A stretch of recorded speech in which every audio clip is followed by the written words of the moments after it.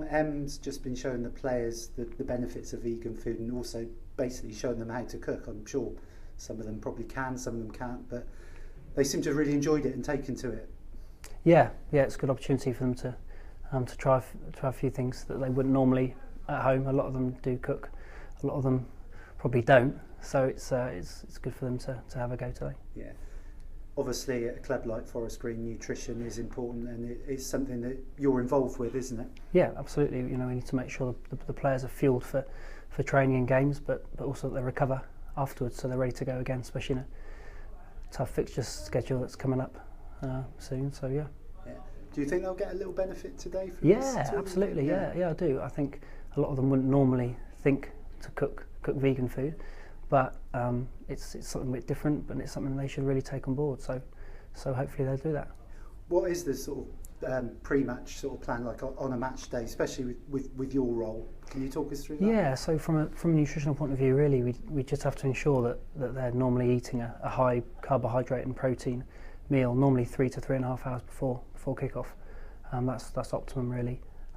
During the game, they might snack on sort of high carbohydrate or high sugar based snacks, and we use energy gels and things like that. And then post game, they've got to make sure they're putting the carbs back in afterwards, but also having quite a high amount of protein to ensure that the muscles recover for the next game or for the next training session. Yeah.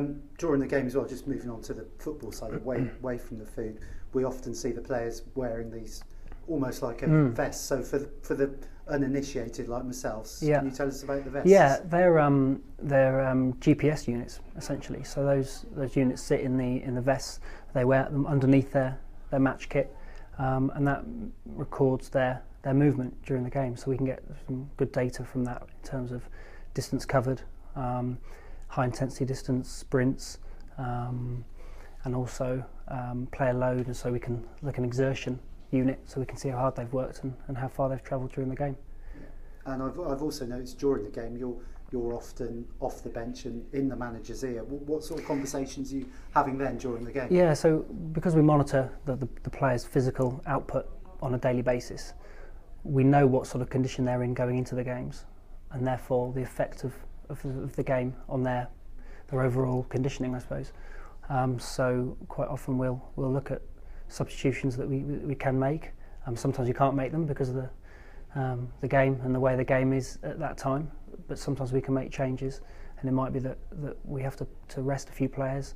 So normally it's sort of discussions on that, really. Yeah. And is that like, so during the game, have you got like a laptop to refer to? Yeah, we can record live data, so we can actually see as the players are out on the pitch, we can see how far they've covered, how many accelerations, decelerations, how many high intensity efforts, how many sprints.